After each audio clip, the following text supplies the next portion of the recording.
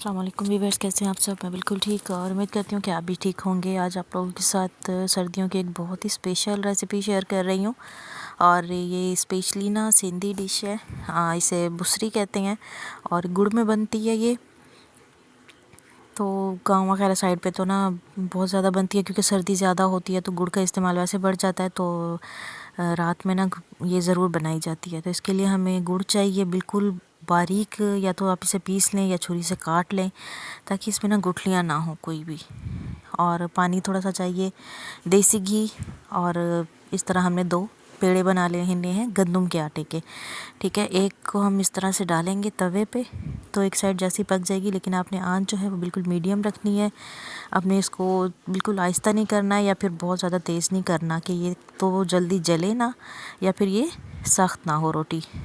तो इस तरह से अब इसमें हम गुड़ को फैला लेंगे। गुड़ ना मैंने छुरी से काटा है क्योंकि ये ताज़ा गुड़ है ना, तो इसलिए आराम से छुरी से कट जाता है।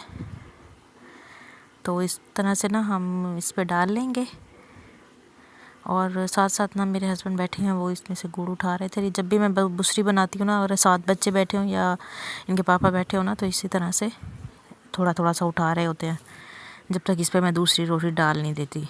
तो बस आपने एक अगर रोटी की आप बुसरी बना रहे हैं ना तो उस पर गुड़ जो है वो पूरी टिक्की नहीं लगती, आधी ही लगती है अगर आप नॉर्मल मीठा खाते हैं तो, वरना आप कम या ज़्यादा कर सकते हैं।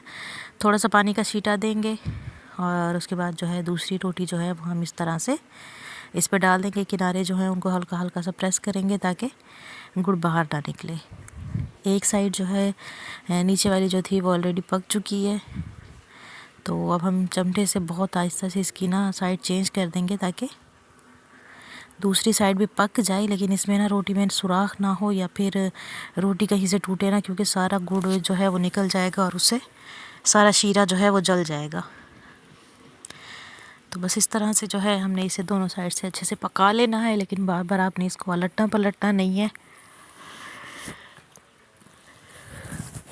तो ये देखें, ये ना दोनों साइड से अब पक गई है ना, इसको अब हम चूल्हे से उतार लेंगे। अच्छा, इसको आपने ना किसी बाउल वगैरह में या जिस चीज़ में भी आपने इसे चूरा करना है ना उसमें आप डाल लें, लेकिन साथ ही ना थोड़ा पानी लाजमी रखें क्योंकि आपको हाथ जो है वो बार बार पानी में डिप करना होगा क्योंकि शीरा है, गर्म होता है बहुत ज़्यादा, तो हाथों को आपने बार बार ठंडा करना होता है। अच्छा, मैं ना आधा काम जो है ना वो इधर चमटे से ही कर लेती हूँ। वो किस तरह कि अभी इसमें रोटी डाली है ना, अब इसमें हम डालेंगे देसी घी। तो देसी घी डालने के बाद जो है ना मैं इसके काफ़ी पीसेस जो है ना वो चमटे से ही कर लेती हूँ क्योंकि उससे ये एक तो हाथ नहीं जलता और आधा काम आपका हो जाता है। फिर उसके बाद बस पानी में हाथ थोड़ा सा ठंडा करके ना और बार बार जो है इसको बस चूरी कर लेते हैं। तो हमने इसे ना बहुत अच्छे तरीके से चूरी करना है ताकि रोटी जो है ना वो सारी अच्छे से मैश हो जाए और इसमें कुछ रोटी के ना बड़े बड़े पीसीस ना रहें। ठीक है, घी अभी जमा हुआ है तो थोड़ा सा मुझे निकालने में मसला हो रहा था, लेकिन फिर भी खैर निकल आया था काफ़ी।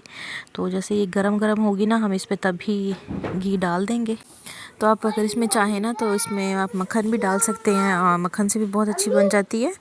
तो बस इसमें अभी हम ना देसी घी गरम में ही डाल देंगे तो इसमें अच्छे से मेल्ट हो जाएगा। उसके बाद हम इसके अच्छे से चूरी बना लेंगे। तो आपको आज की रेसिपी कैसी लगी मुझे कमेंट में ज़रूर बताइएगा, और अगर आप लोग मेरे चैनल पे न्यू हैं तो मेरे चैनल को जल्दी सब्सक्राइब कर दीजिएगा। वीडियो को लाइक एंड शेयर भी ज़रूर किया करें ताकि मेरी जो आने वाली वीडियोस होती है ना उनके नोटिफिकेशन पहले आप लोगों को मिल जाया करें। तो बस इस तरह से ना मैंने इसे अच्छे से ऐसे चूरी कर लिया। अब मैं इसको हाथ से करूँगी चूरी। तो शीरा जो है वो अभी भी गर्म है बहुत ज़्यादा, लेकिन इसका मसला ये है कि जब ठंडी हो जाती है ना तब ये होती नहीं है, तो इसलिए हमें इसको गरम गरम ही करना है इस तरह से। तो बस ये देखें अच्छे से चूरी हो गई है। तो उम्मीद है आपको भी आज की रेसिपी अच्छी लगी होगी। तो रेसिपी को आप लोग ज़रूर ट्राई कीजिएगा। इंशाल्लाह आप लोगों से मिलूँगी मैं अगली वीडियो में। तब तक के लिए अल्लाह हाफिज़।